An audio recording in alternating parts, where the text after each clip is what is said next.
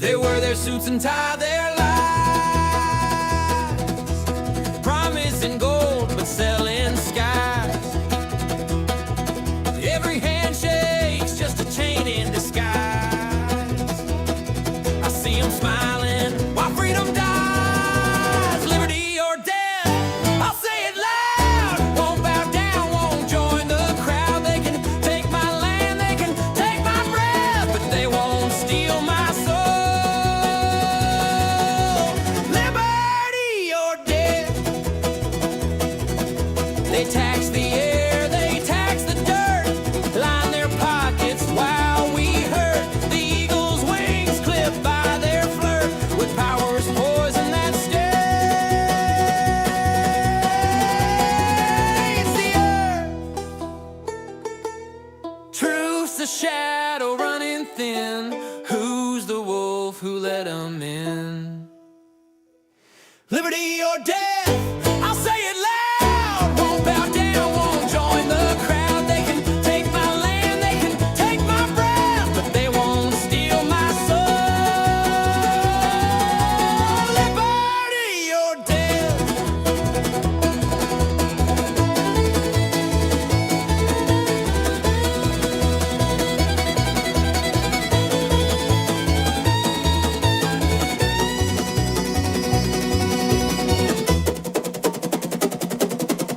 The hills still whisper rebellion's call. The trees remember the rise, the fall. The fire in the hearts of those who stood tall. They faced the tyrants and gave it their all.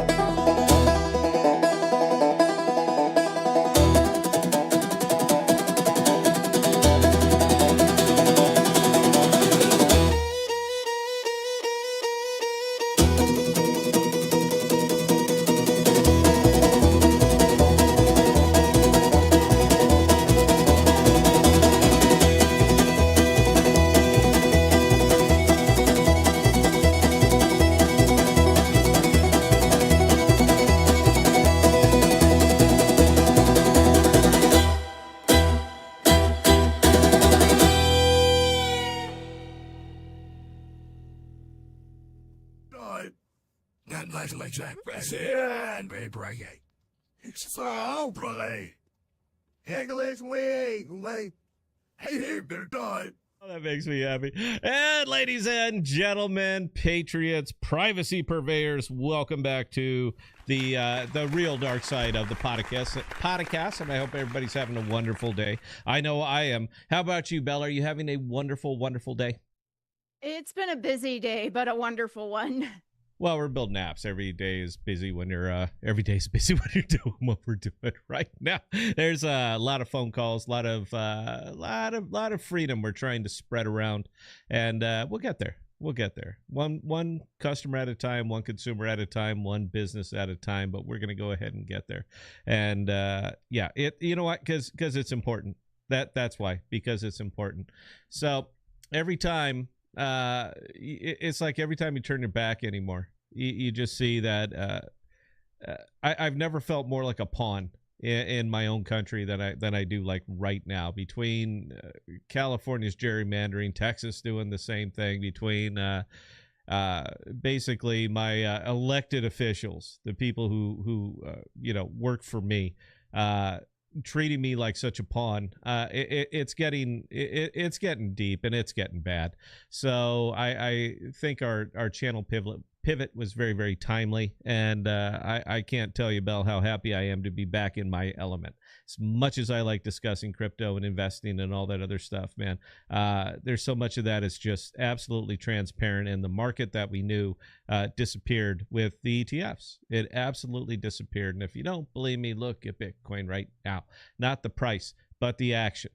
That's what you're going to want to pay attention to. Not the price, but the people who could absolutely nuke that entire thing in a single go.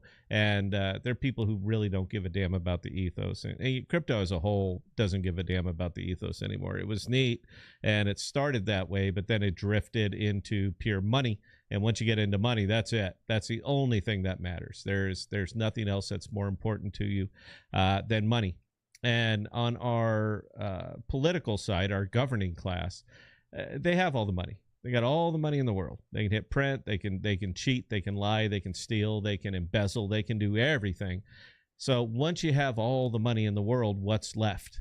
The only thing that's left for you at that point, the only thing that gets you out of bed, that drives interest, is power and more of it. And that's really seems to be the case of where we are right now. So when I see the latest executive orders that are coming out, a couple of them are not terribly surprising. One actually was, and I'm a little bit shocked that they signed this one. And in this case, it was the executive order that is giving a prison sentence to burning the American flag. Now, I got my whole monologue, and I'm ready to go on this one. I'm just saying, guys, look, this is settled. All right, this was actually ruled on by the Supreme Court, and the process was followed. And burning a flag is not hate speech. It is free speech. Now, I know where the argument's going to come, but if you burn a pride flag, all of a sudden that's hate speech. That's because you have no balls, because you have no balls to stand up to it and say, no, it didn't. Go fuck yourself. And the guts was so absolutely kicked out of this country that we can look at this double standard straight in the eye and say, sure, this is okay. She had not a thought in her head that was not a slogan, and there was no imbecility, absolutely none, that she was not capable of swallowing if the party handed it out to her. And that's basically what we have right now. It's just the parties handing out messages and everybody just gulping them up like lemmings. People like me, libertarians like me, we're the ones in the middle. We're the ones that are going to get just absolutely squished, because we'll call out the hypocrisy on either side. I'm fine calling it out on either side, because freedom is binary. All right, write that down. Bell, write that down. Get out your pen and write it down. Freedom is binary, and I'm sure you know what I mean by that. You either have it or you don't, and there are absolutely no half measures when it comes to the United States Constitution. It says what it says. It's not hard to read it. It's not even that long. That's the funny thing. It's not even that long. So read it. Look at it. Understand it. Digest it. This was written for farmers. This was not written for scholars. It was written so everybody could take a look at this and understand it. Now, there's two amendments, part of the Bill of Rights. The first two I consider of utmost importance, because when you lose those first two, there's nothing holding up the rest of them. Absolutely nothing. And first one, of course, being freedom of speech, freedom of assembly, it goes on and on. And the second one, of course, is the Second Amendment. Well-regulated militia being necessary to the security of a free state. The right of people to keep and bear arms shall not be infringed. 2A is the one that guarantees all of them. All of them. But you can't lose the First Amendment. You just can't. And it just feels to me like we're starting to tiptoe into that now. We're really starting to get into that kind of dangerous territory. I have a little bit of a problem with it. You know, you got to tell me where you're at here, Bell, before I get in, because you know once I get into doing my thing, I'm going to talk and talk and talk. So if you got anything to bring up, now's a great time while I drink. Okay, well, the burning the flag issue, I haven't written how the executive order, I haven't read exactly how that was written.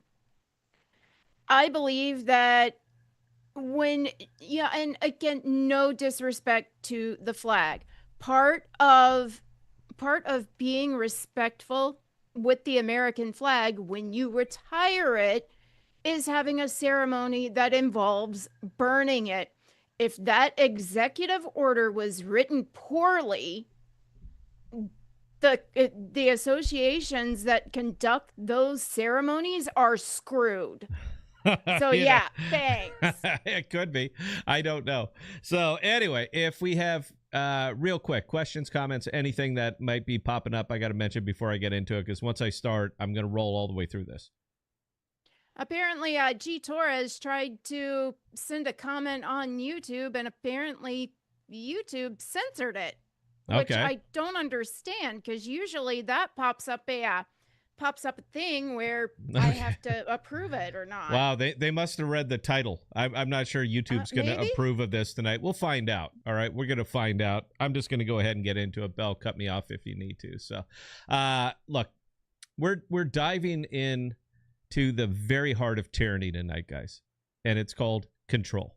Now, it's not the kind of control that comes with tanks rolling down the street. At least not yet. But a quieter, more insidious kind.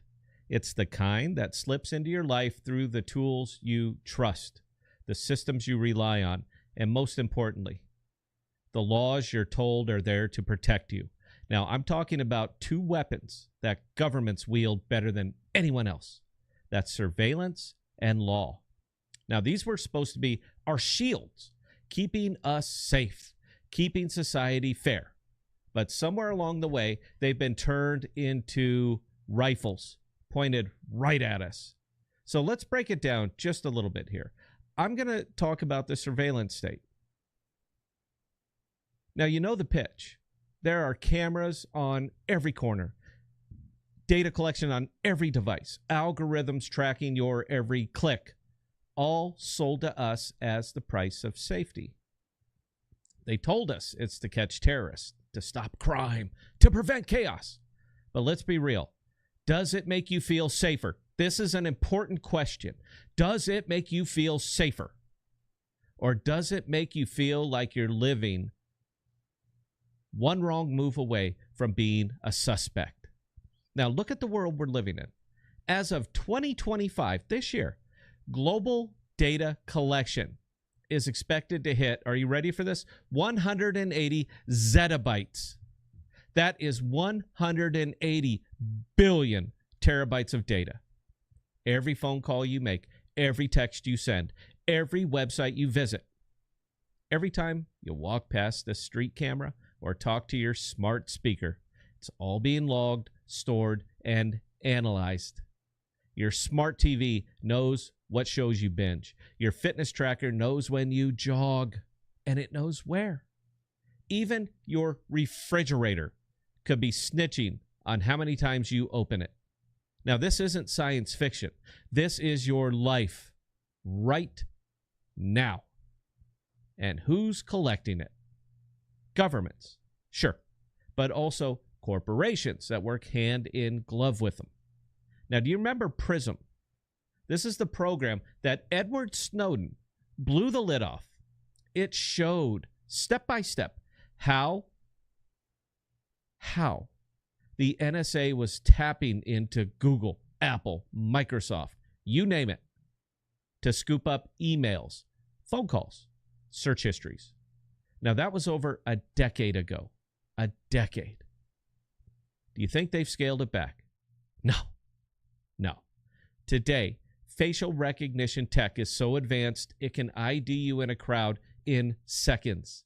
In countries like China, their social credit system uses this to decide who gets to travel, who gets alone, who gets to live a normal life. And don't kid yourself. Western governments are taking notes and salivating. The argument for all of this, it keeps us safe. And yeah, there's some truth, a little bit. Surveillance has helped stop attacks. Take the 2015 San Bernardino shooting, where the FBI used phone data to track suspects, or how closed-circuit television helped identify the Boston Marathon bombers. Nobody's saying that we don't want to catch the bad guys. But here's the rub. The system doesn't stop at terrorists or criminals. It assumes, by its very nature, that everyone is a potential threat. You, me, Bell, guilty until proven innocent. And when the state knows your every move, every word, every thought you've Googled at 2 a.m., it doesn't need to kick down your door to control you. This is where it gets real dark. Real prison is not a cell phone. It's in your head. It's called the chilling effect. Who's heard this before? Show of hands. Type it in chat. Who has heard of the chilling effect? When you know you're being watched, you change how you act. You don't speak out as boldly. You don't search that controversial topic. You don't post that spicy take on X. Now, a 2016 Pew Research study found 86% of internet users, 86%, have tried to hide their digital footprints because they're scared of who's watching. Because they're scared of who's watching. That's not freedom. It's a prison where you're both the inmate and the guard, policing yourself because you're afraid of what might happen if you step out of line. And it's not just about what you do, it's about what they predict you'll do. Algorithms now analyze your data to guess your behavior, your politics, your vulnerabilities. If you ever wonder why your ads seem to know you better than you know yourself, that same tech is used to flag potential threats or non-compliant citizens. In the United Kingdom, they've got predictive policing programs that use AI to decide who's likely to commit a crime before it happens. Now, I know, sounds like Minority Report, right? Except it's real, and it's here. The surveillance state isn't about safety. It's about power. When they know everything, they don't need to threaten you with force. You'll censor yourself. You will comply. You're going to live in a cage you can't even see. Now, let's pivot just a little bit to the second weapon. This is the absolute atomic bomb, and it's called the law. Now, laws are supposed to be the backbone of a free society. Rules we agree on to keep things fair, to protect our rights, and to ensure justice. But what happens when the law becomes a tool to silence, control, and punish those who dare to think differently? We're seeing it everywhere. Laws that sound good on paper.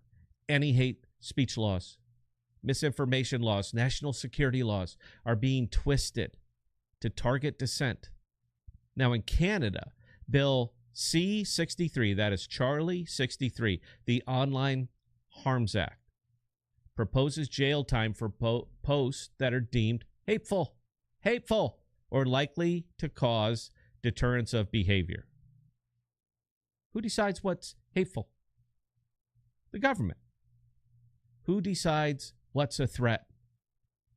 The same people with the cameras and the databases. Now, in the EU, the Digital Services Act, the DSA, forces platforms to remove illegal content within hours or face massive fines.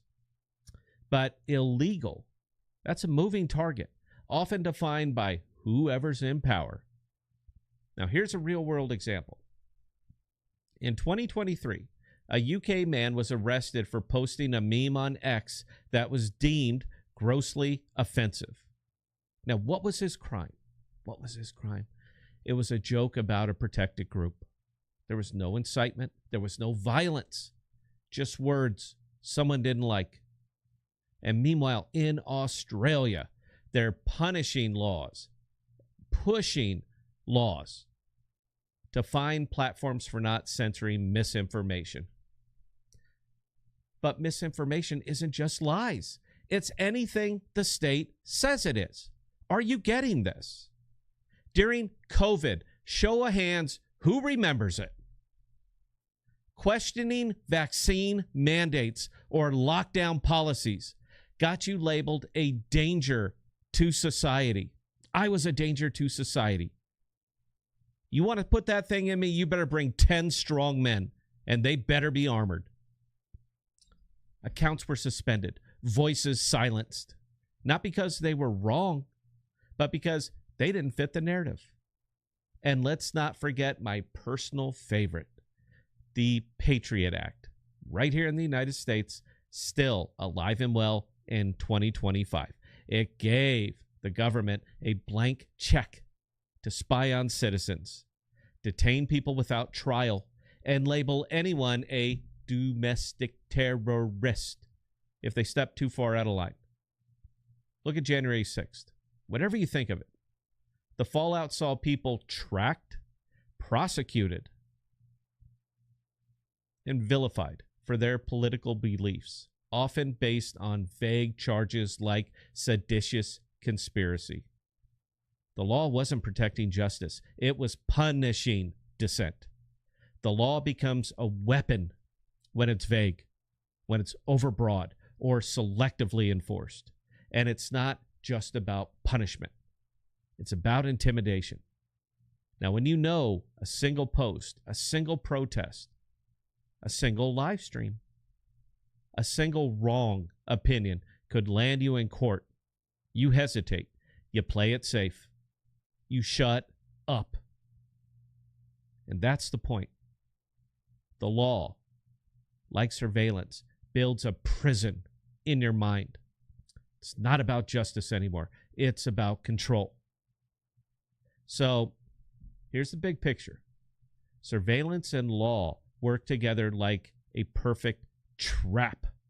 Not a system, a perfect trap. Surveillance gathers the data, your posts, your searches, your location. The law gives them the excuse to use it against you. It is a 1-2 punch that keeps you in line without firing a single shot. And the scariest part, we've been conditioned to accept it. We trade our privacy for a new app. We trade our freedom for a promise of safety.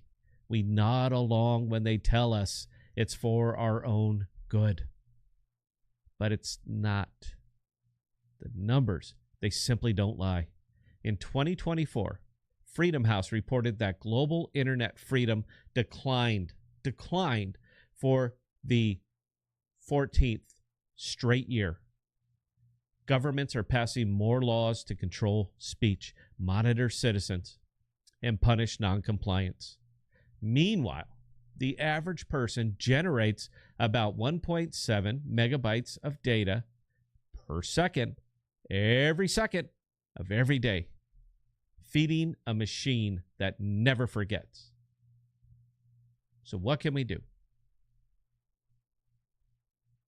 Freedom lovers. Do we just roll over and let this machine crush us? No, I say hell no. First, gotta wake up. Stop sleepwalking through this. Every time you click accept on those terms of service, you're handing over a piece of your freedom. Start using encrypted apps like Signal, Proton Mail, browse with Tor, or use a VPN. I know they're not terribly effective, but at least it's something. Support platforms like X, of all things, that's me saying it, that still fight for free speech, not ones that bend the knee to censors. And you know who I'm talking about here. Second, push back. You gotta push back. Call out bad laws. Support groups fighting for digital rights, like the Electric Frontier Foundation. Vote for leaders who don't treat your freedom like a bargaining chip. And don't be afraid to speak truth, even when it's uncomfortable. Now, the more we self-censor, the stronger their grip gets. And finally, this is most important, educate yourself. Understand the tools they're using. Surveillance tech, vague laws, predictive algorithms. Knowledge is power. The more you know, the less they can manipulate you. This isn't about left or right. This isn't about red or blue. It's about power. Who has it and who's losing it? Now, right now, the balance is tipping hard against us. Left, right, red, blue, doesn't matter. Surveillance and law were meant to serve us, not enslave us. But if we don't push back a little bit, that invisible prison in our heads gets stronger every single day. So let's break the chains, freedom lovers. Speak up, stand tall, and don't let them control you. Keep fighting. Keep fighting for what's yours. And what's yours is guaranteed in this country by the United States Constitution. For God's sakes, read it. If you're not familiar with it, read it. It's available online, at least it is for now. So anyway, Belle, there you go. That's my bet. I ain't even gotten into the flag thing. I haven't even gotten into the flag burning. That's coming. I got lots of time tonight. That one is absolutely coming. But I wanted to give you guys an awful lot. That's it. All right. That is literally my personal Bible that I just read to you right there. We are so far beyond it. And I can illustrate this with one simple question to Belle. Last time we did this, did we get a comment from anybody saying we shouldn't be doing this? No. You sure? Well, one person, because, they were afraid Papa Government was going to kill our app. That's why I did this. That is literally why I did this. Why I did this particular monologue. Why I wrote this particular thing this particular way. Because that is exactly what is occurring here. They get your mind. They don't have to. There's no way. All right. All the government in the world is not going to, the entire United States government is not going to be able to control 330 million people. It simply will not happen. If you say, no, you're wrong, they can do it. Hurricane Katrina. How'd that work out? I'm just saying. But if they can control your mind, control your actions, control the way you think, not that you think, but control the way you think. They don't need guns. They don't need soldiers. They don't need to go door to door. You're doing it on their behalf. Just think. The best thing that I've ever done with my entire life is sitting on my phone right now, and it's called Siggia Cloud. The best thing that I've ever done with my entire life, of everything that I've ever done, serving overseas, wars, combat, all that stuff. The greatest thing that I've ever accomplished in my life is sitting on my phone right now. Because as long as I have that, I can say anything to anybody, and nobody can stop me, ever. Pandora's box is open. You can never put this thing away again. So if I'm black bagged, if I go away because my opinions might differ from a lot of people's, I'm not saying, I would need 1 million people on this stream for me to say what I'm going to say before it would make a difference. And I doubt we even have 10. But the greatest thing my greatest accomplishment, aside from my children, is that app right there. Because there's no stopping it now. Once it's done and it's out, it's done and it's out, and it will never be put away again. That was my greatest accomplishment. That you can say what you want to say to whom you want to say it, and there is no surveillance state. No surveillance in the world is going to be able to crack this thing. I think it's important. Anyway, Belle, on a lighter note, do we have any questions, comments, or would you like to pair our jump on top of this? We do actually have comments and questions. One of them is actually, the very first one is one that YouTube censored from G Torres. Okay, hit it. All right, so G Torres, you guys see the attack on Gaza today from Israel on the news reporters? That was messed up, especially striking the rescue workers. Yeah, there's really, I forgot to have the lights on around the monitor. Do you see the difference? I want Belle as bright and glowy as she can be. Yeah, I did catch that one, man. Yeah, it's horrendous. It's horrendous. I'm not sure what else you want me to say on this one. No, that's nothing that I would have ever done, and I've been in those situations. It's nothing that I would have done. I've refused orders before. Sometimes they're just plain wrong.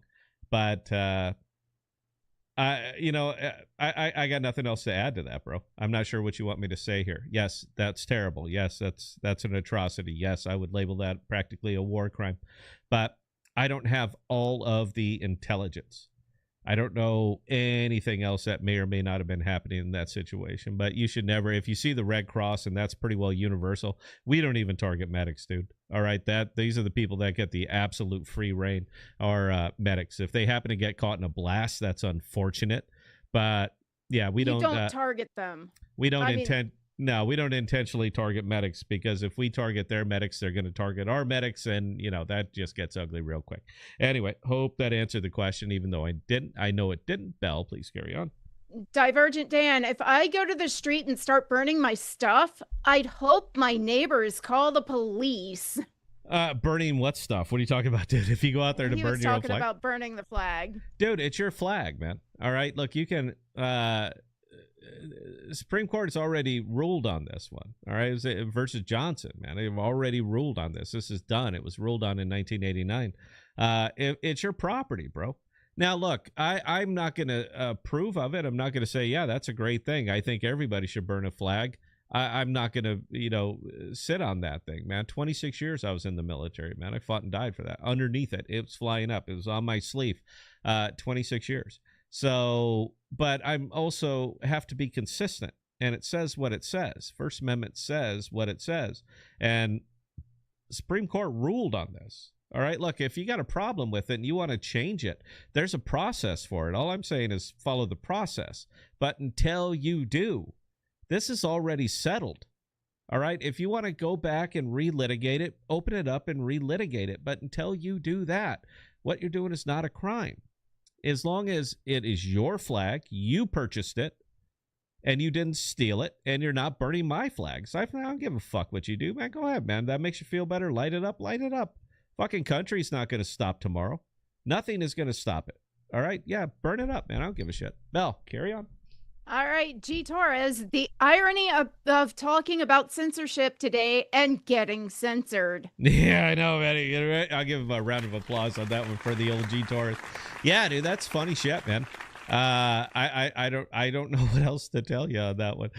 Fortunately, when Flix.fun completes their transition over there, obviously we're going to be broadcasting over there. They're going to be one of the last bastions of free media. And it's funny that it's in India. It won't be in the United States. It's going to be over there in India. But again, blockchain based, we're decentralized people. And once it's out, it's out. There's nothing you can do to bring it back. No, carry on. Divergent Dan talking about COVID. I had my EMT ex-friend telling me I was harming my friends when I posted about ivermectin. All right. Well, here's what you can do about that, and what your friends can do about that. They can fuck off. Don't use it. I mean, that's it. I look, man, I've heard the stupid ass arguments all over. Someone do a fact check for me here real quick. Bell, how long did it take? Let's just say, how long did it take? I'm trying to think of a drug that would have been initially released after the FDA came into existence. So I don't even know what year the FDA came into existence, but I want to know how long it took between development, human trials, testing, all that other shit before any particular drug happened to be approved. I'm just kind of curious about it because that COVID vaccine was approved in what, about 2 months? 2 months, 3 months? Yeah, fuck you. Which is highly unusual. You ain't putting that thing in my arm. Look, man, I had COVID 3 times. Guess what? You feel bad and then you feel okay. I mean, that was it. I think at one time, me and Bell both had it together at the same time.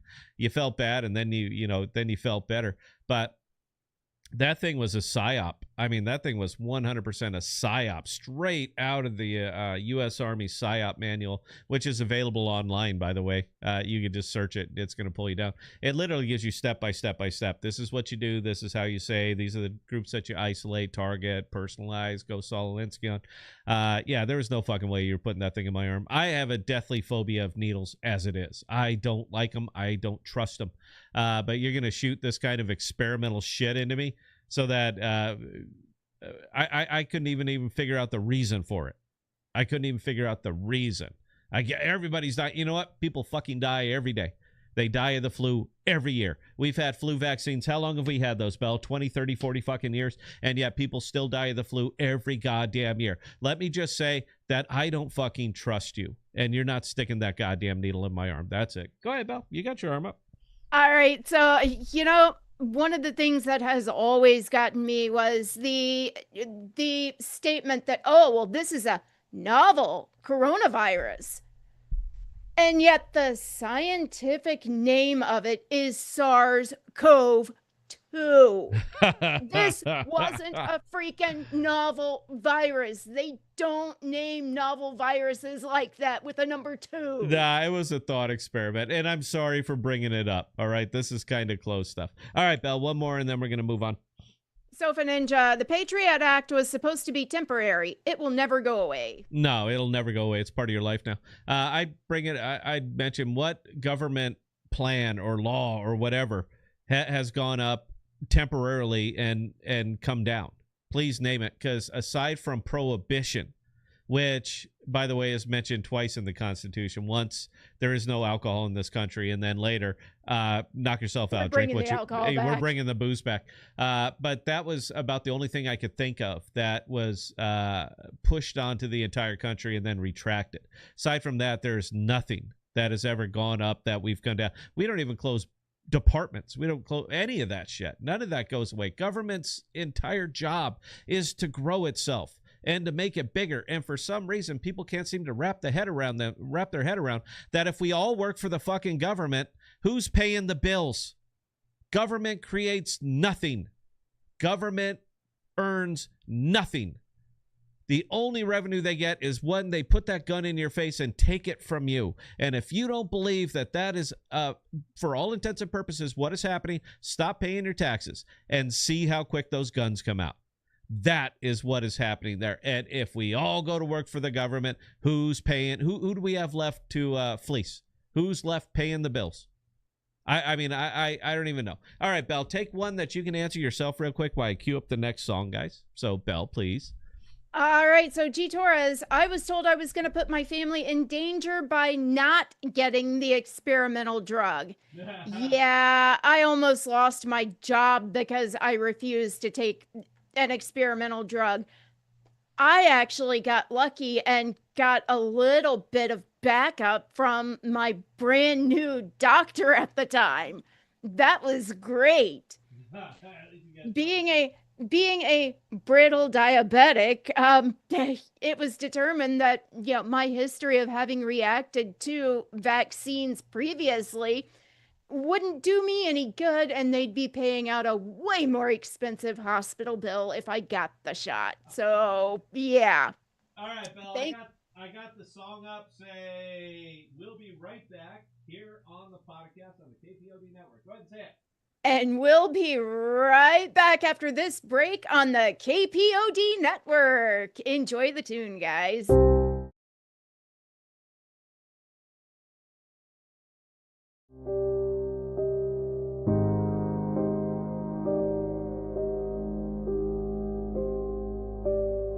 Cold world, streets frosted, the system's a furnace, burning dreams, ashes scattered. A cold service, they label as numbers, a barcode existence. Smile in our face, but they snakes in the distance. Promised us ladders, but handed us ditches. We fight for survival, they stacking their riches. No fear of the people, no trust in the state. They puppeteer the strings, control our fate. They use us, abuse us, then toss us away. But I'll never bow down, not today, not today. Politicians lie, their tongues drip venom. Behind closed doors, they plot our condemning. Feed us their slogans, hollow and cheap. While they feast on the harvest, we barely reap. Divide us by color, by class, by creed. While their pockets swell fat, we bleed and we bleed. They built the walls, we carry the weight. But we ain't their cattle, we won't take the bait. No fear of the people, no trust in the state. They puppeteer the strings, control our fate. They use us, abuse us, then toss us away. But I'll never bow down, not today, not today. No fear of the people, no trust in the state. They puppeteer the strings, control our fate. They use us, abuse us, then toss us away. But I'll never bow down, not today, not today. Surveillance eyes watch, big brother's disguise. Freedom's a concept, they monetize. The news spins tales, a spider's web trap. Truth buried deep under layers of crap. I'm dodging the lies, ducking the snares. A lone wolf growling, I'm done with their prayers. You know now. No fear of the people, no trust in the state. They puppeteer the strings,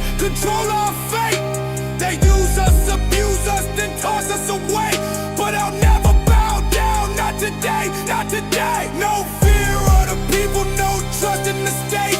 They puppeteer the strings, control our fate.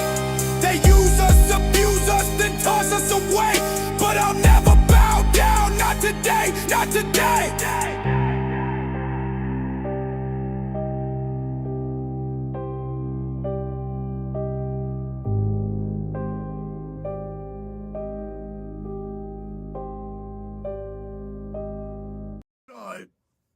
Not like that.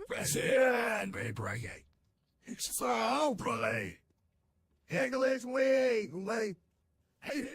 Ladies and gentlemen, boys and girls, cats and kittens, patriots and privacy purveyors, welcome back to the podcast. Thank you. I have to, I just filled this. I was flipping some stuff. And you know what? Hey, this is to all of you.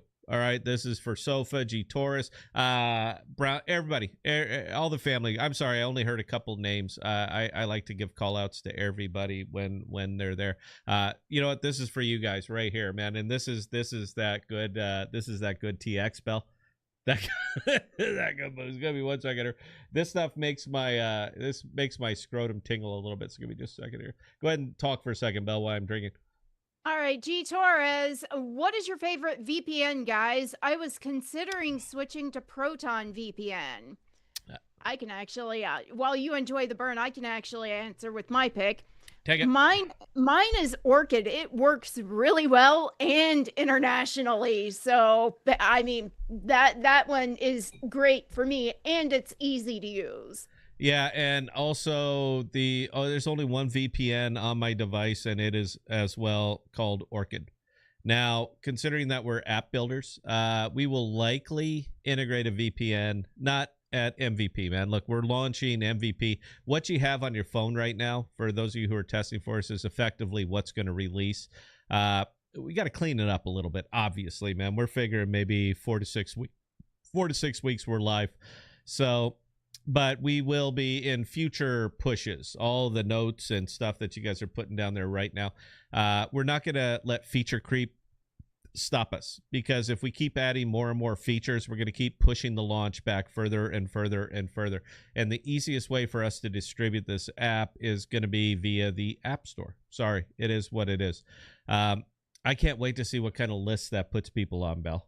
I can't wait, because they're going to figure out real quick that this is the uncrackable, and everybody who downloads it and is using it is going to get on a very special section, very special watch list. So I hope you guys are ready for that one.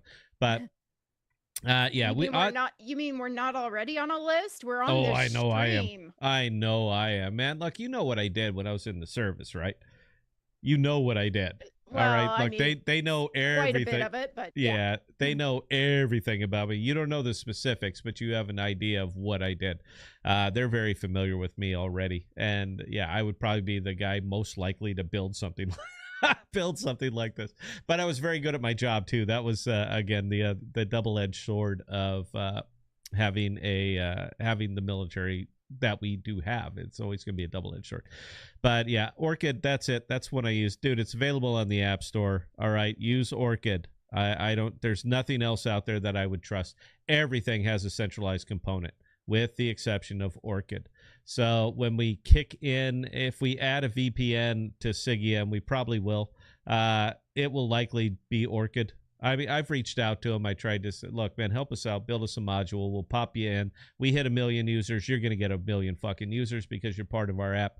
But I can't get nobody will return my email over there. I'm like, look, I'm not asking you for anything. Just build me a goddamn plugin so my people can use your app. We will literally roll it into the price of Sigia. Nobody's going to care if they got to pay an extra 50 cents a month to get a full-time VPN. No one's going to give a shit. So I don't know, man. That's a whole Web3 thing. That's a whole different discussion. I'll save that for a space. Anyway, Belle, one more before I get into my my First Amendment rant. All right. So G. Torres, regarding COVID time, I flat out quit my job, which was an extremely comfortable, well-paying job. We can't buy health.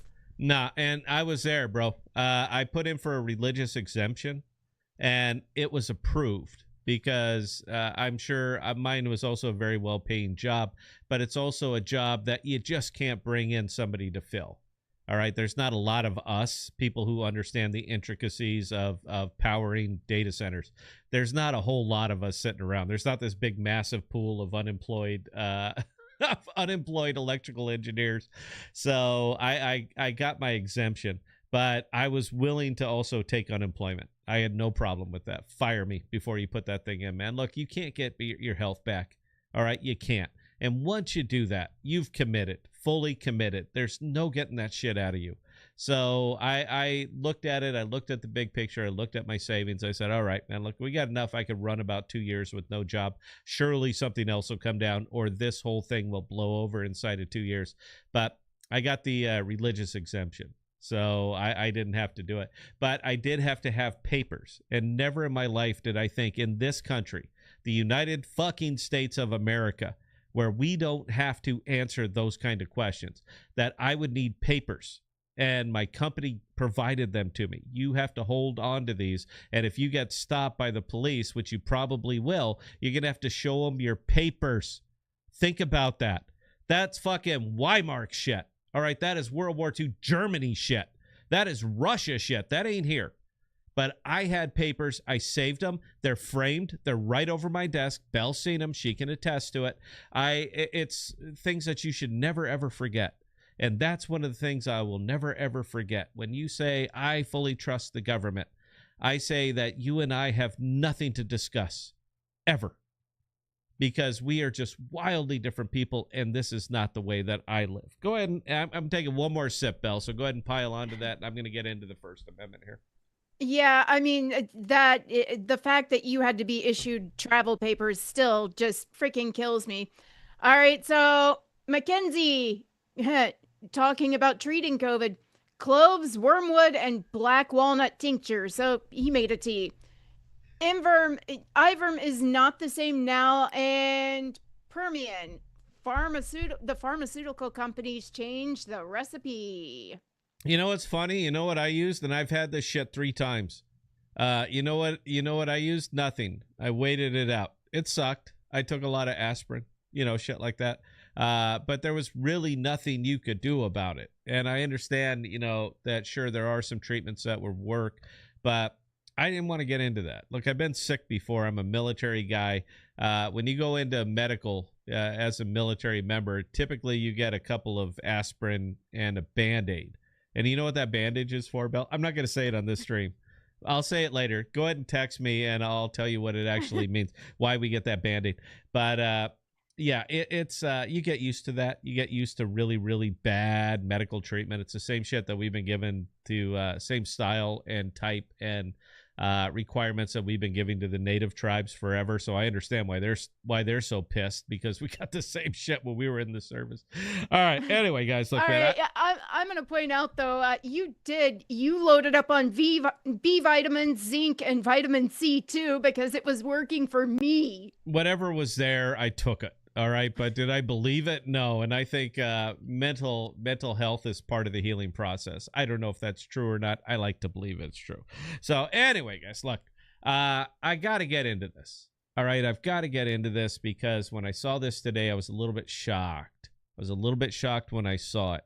And what I'm saying is that we, for this segment, man, I am absolutely zeroing in right there, locked on the bedrock of American liberty, the bedrock, and that is called the First Amendment.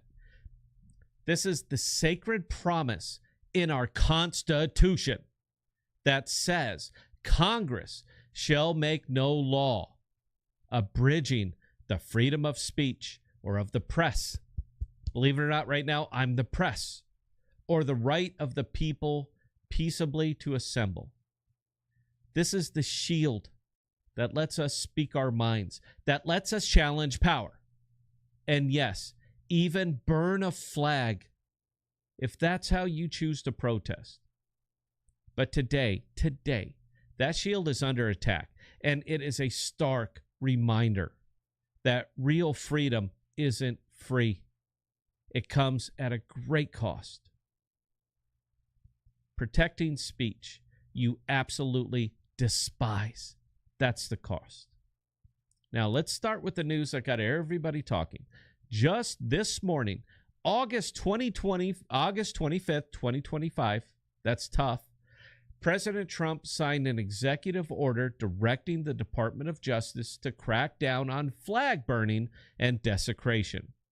Now, he didn't mince words in the Oval Office, and I quote, if you burn a flag, you get 1 year in jail.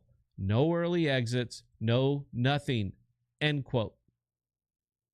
Now, the order, it instructs Attorney General Pam Bondi to prioritize prosecuting cases where flag burning ties into other crimes, like inciting riots or disturbing the peace, and even threatens to revoke visas or deport non-citizens who do it. Now, Trump says it's about restoring respect to the flag, calling it a symbol of our freedom and strength. And look, all right, I get the gut reaction. 26 years. Seeing someone torch Old Glory boils the blood of me, and it boils the blood of every patriot. It feels like a slap right in the face to every soldier who fought under it, to every family who draped it over a loved one's casket. But here's the hard truth. That's exactly why we have to protect it. This isn't new ground. 1989, the Supreme Court tackled this head on in Texas versus Johnston. Gregory Lee Johnson, a protester at the Republican National Convention in Dallas. He doused an American flag in kerosene and he set it ablaze while chanting against Reagan's policies. Texas arrested him under state law banning flag desecration. Johnson fought it all the way to the top, and in a 5-4 decision, the court ruled that burning the flag is protected symbolic speech under the First Amendment. Justice William Brennan, way back there, wrote for the majority, quote, if there is a bedrock principle underlying the First Amendment, it is that the government may not prohibit the expression of an idea simply because society finds the idea itself offensive or disagreeable, end quote. Even Justice Antonin Scalia, a conservative icon, this man was fabulous. Even Justice Antonin Scalia, he sided with the majority, later saying if he were king, he'd ban flag burning. But as a judge, he had to uphold the Constitution. Now, that struck down flag burning bans in 48 states. And just a year later, in 1990, the court doubled down, invalidating a federal law Congress passed to try and override it. The message was clear, crystal clear. You cannot criminalize expression just because it hurts your feelings or it stirs anger. Flag burning isn't about the cloth. It's about the message. It's protest, pure and simple. And in America, my America, protest is the lifeblood of change. We are protesting right this very second. Me and Bell, every time I hit live, we're protesting. See the first segment. And I want you to think about it. The Boston Tea Party was vandalism. The civil rights marches disrupted peace. The Vietnam War protests burned draft cards.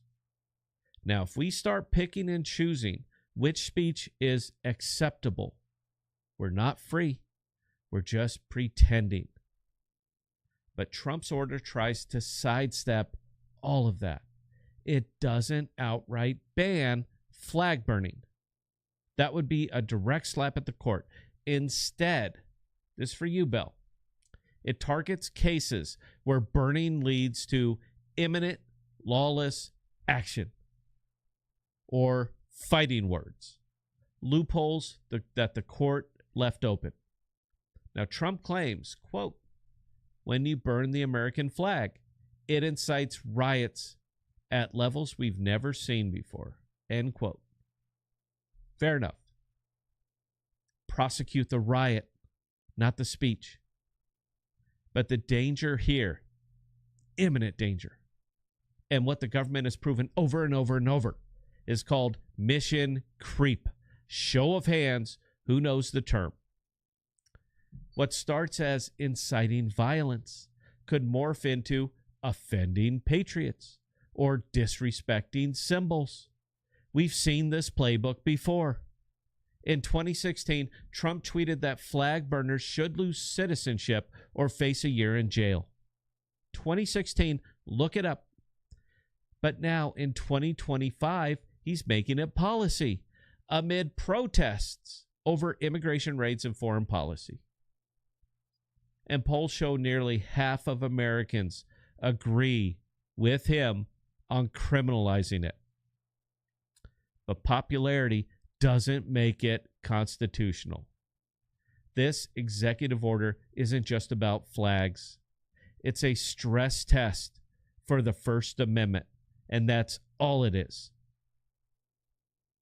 Freedom of speech isn't for the stuff we all love, like apple pie, fireworks, hot dogs, baseball games. It's for the ugly, the offensive, the downright infuriating. That's the cost of liberty. Protecting speech you disagree with means tolerating Nazis marching, as the ACLU did in 1977, even though it cost them members. It means letting the Westboro Baptist Church spew hate at soldiers' funerals, as the court upheld in 2011. It means allowing Colin Kaepernick to kneel during the anthem, or protesters to burn effigies of presidents. Ask yourself why. Because if the government can silence them, it can silence you. Today it's flag burners. Tomorrow it's critics of the president, or gun right advocates, or pro-life protesters. The line has to hold for everyone, or it holds for no one. Let's zoom out. The First Amendment was born from tyranny. The founding fathers knew what it was like to be jailed for seditious libel, criticizing the king. So they made speech the first right, not the 10th. James Madison called it the freedom which is the basis of all other freedoms. Without it, how do we expose corruption? How do we debate ideas? How do we evolve as a society? Look at history. Every dictator starts by muzzling dissent. Stalin, remember him? He banned anti-Soviet agitation. Hitler criminalized insulting the Reich. China's social credit system punishes spreading rumors. Now, we're not there yet, but chipping away at protections for symbolic speech is a very fucking slippery slope. Don't get me wrong. I want to be real clear here. Flag burning pisses me off. It's disrespectful. It's provocative. It's done by people who hate what America stands for. But that's my point. That's my point. True patriotism isn't blind loyalty. It's defending the principles, even when it hurts. Now, as Justice Brennan put it, quote, "We do not consecrate the flag by punishing its desecration, for in doing so, we dilute the freedom that this cherished emblem represents," end quote. Punishing it doesn't honor the flag. It dishonors the Constitution. Critics of this view say, but the flag is special. It's a symbolic of sacrifice. Sure. But symbols derive power from what they represent. The flag, the United States flag, that one right there, stands for freedom, not forced reverence. Forcing respect through jail time makes it a tool of coercion, not unity. And practically, this order won't stop burnings. It'll just drive them underground or spark more defiance. The fuck's the matter with you? Do you remember the Streisand effect? Banning something often amplifies it. Legal experts are already calling foul. Bob Kornrever from the Foundation for Individual Rights and Expression says Trump can't rewrite the First Amendment with a pen, and he's right. I don't agree with anything he says, but he's right on this one. Lawsuits are coming, and they should. So, what's the bigger lesson here? Freedom lovers. My takeaway is that freedom comes at a cost, and that cost is discomfort. It is very easy to champion speech you agree with. The real test is standing up for the stuff that makes your blood boil. You guys are getting this, right? You see the difference. If we let the government decide what's offensive, we hand over the keys to our liberty. All of it. Today's executive order is a wake-up call. The First Amendment isn't a suggestion.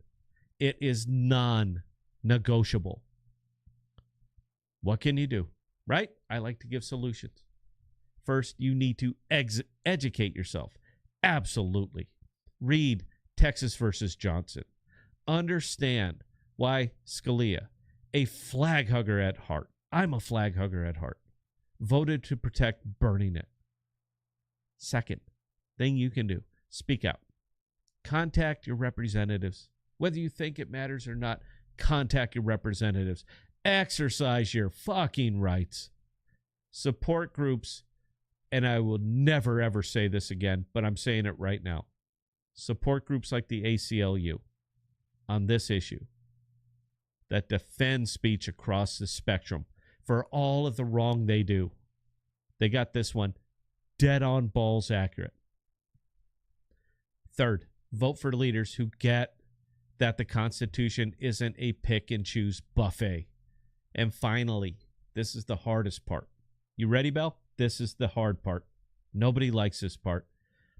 Baby, you gotta live it. You gotta live it. Next time you see speech you hate, whether it's a flag burning or a rant you despise like this one, remember, your silence in defense of it protects your voice tomorrow. And that's what matters. This isn't about left and right. It's about right and wrong. The First Amendment is what makes America exceptional. And we need to keep it that way. Don't let anyone, whether president or protester, don't let anyone burn it down. And you need to think real hard on this one. Because you, me, Belle, everyone watching, we're the people who keep the flame of freedom alive. And if we don't, what are you leaving for your kids? What are you leaving for your kids? Belle, questions or comments, please. All right. Well, I'm going to chime in a little bit here. It's all you. I believe strongly in the American flag as a symbol. In my view, I want that symbol to be positive. This executive order is freaking dangerous. Oh, well, it's about preventing about preventing rioting.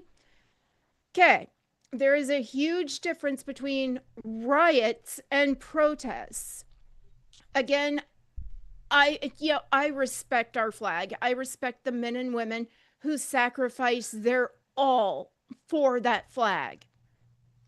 I respect the people who, who use that symbol and it means something to them, and their one goal is to protect and serve. Okay? I respect all of that. If you have a group of legitimate protesters who are not blocking streets, not blocking entrances to hospitals, and not destroying property that does not belong to them, let them carry on with their bad selves. Okay? If they're on the sidewalks and they are not really doing any harm, leave them alone. The First Amendment verifies this. It supports them. You can't sit there and go, "Oh, well, yeah, a flag is burning. It's an automatic riot." You can't do that. It's wrong, and this is a very, very slippery slope. What's next? You have a gathering of the scouts who are actually retiring flags that they picked up from the American Legion through fire, which is the number one way to retire those flags. The second way is you fold them up properly, you put them in a box, and you bury them. That way the flag never touches the ground. Okay, those are the biggest two options for showing respect to the flag.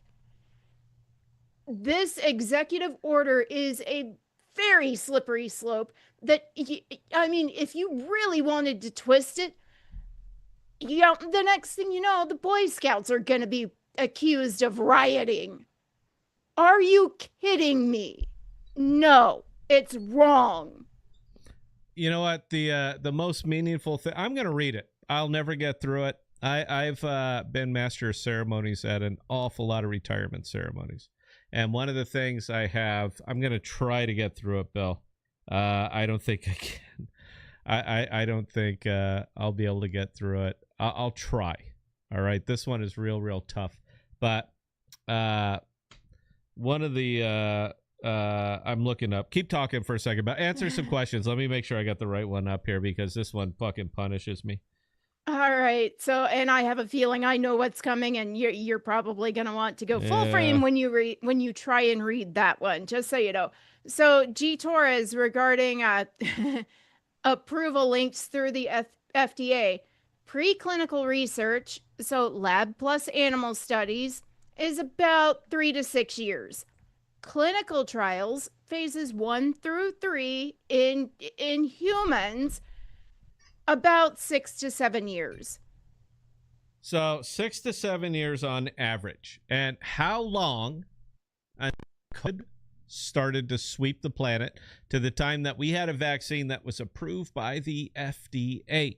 How long did it take? That's the next question. Belle, please carry on. I got it pulled up. I'm going to try to get through this, but go ahead.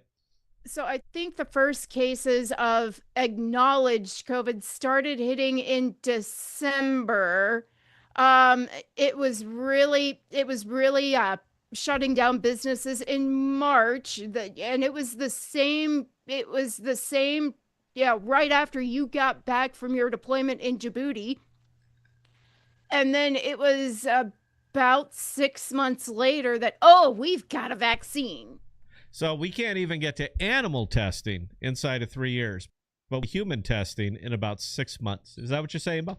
Yeah, I am saying that. And the bad part, okay, and I am aware of this. Well, hold on. No, go ahead. There's more. So there is I have small furry pets that are routinely used in testing medical products. They're called ferrets. Okay. Yeah. There was no case study published about the effectiveness of these initial vaccines in ferrets. So they completely skipped over the animal testing, apparently. Yeah, we got to get that shit in you. That's all that matters. That's all they important. cared about. Yep. I mean... Okay, let me steel myself here just a little bit, guys. This is tough. I don't know if you've ever heard Old Glory before, but you're about to hear it now. I've been master of ceremonies for an awful lot of retirement ceremonies, from admirals all the way down to first class petty officers. I've done a lot of it because apparently I have a nice voice and I resonate well, and I have no problem speaking in front of audiences, with the exception of this. This is the thing that just fucking annihilates me every single time. So if you've never heard it, this is read at every single military retirement ceremony across the board. It doesn't matter. I always have a hard time getting through this, but it's this is what the flag means to me. Just so you know, like I said, I want to be crystal clear here. You burn it, baby. If you own it, you bought it, you can do whatever the fuck you want with it. This is what it means to me, but I'm still going to defend your right to burn it. So, okay, I got to steal up a little bit. This is a terrible frame, Jason. Don't bust my balls, man. I wasn't planning on doing this, but yeah, here we are. All right. I am the flag of the United States of America. My name is Old Glory. I fly atop the world's tallest buildings. I stand watch in America's halls of justice. I fly majestically over great institutions of learning. I stand guard with the greatest military power in the world. You look up and see me. I stand for peace, honor, truth, and justice. I stand for freedom. I am confident. I am arrogant. I am proud. When I'm flown with my fellow banners, my head is a little higher, my colors a little truer. I bow to no one. I am recognized all over the world. I am worshipped. I am saluted. I am respected. I am revered. I am loved, and I am feared. I have fought in every battle of every war for more than 200 years. Gettysburg, Shiloh, Appomattox, San Juan Hill, the trenches of France, the Argonne Forest, Anzio, Rome, the beaches of Normandy, Guam, Okinawa, Tarawa, Korea, Vietnam, the Persian Gulf, and scores of places long forgotten by all, except by those who were there with me. I was there. I led my sailors and my Marines. I followed them. I watched over them. I was on a small hill on Iwo Jima. I was dirty, battle-worn, and tired. But my sailors and Marines cheered me, and I was proud. I was at Ground Zero in New York City on September 11th as cowardly fanatics attacked America. I was raised from the ashes of once proud buildings by brave firefighters, heroes who risked their lives to save others, showing all that America, although bloodied, will never be beaten.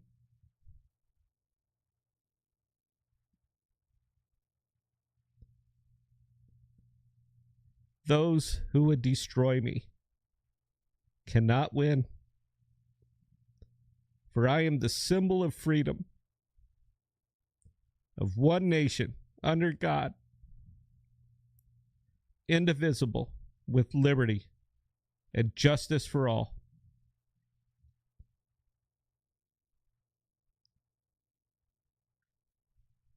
I have been soiled, burned,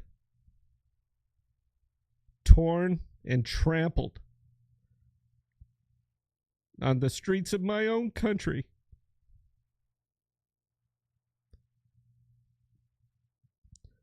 And when it is by those whom I have served in battle, it hurts. But I shall overcome, for I am strong. I have slipped the surly bonds of earth, and from my vantage point on the moon, I stand watch over the uncharted new frontiers of space. I have been a silent witness to all of America's finest hours. But my finest hour comes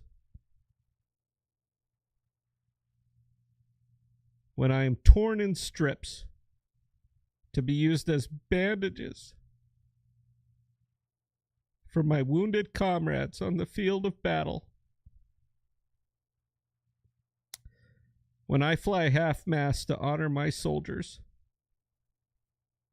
and when I lie in the trembling arms of a grieving mother at the gravesite of her fallen son or daughter, I am proud. My name is Old Glory. Long may I wave, dear God. Long may I wave.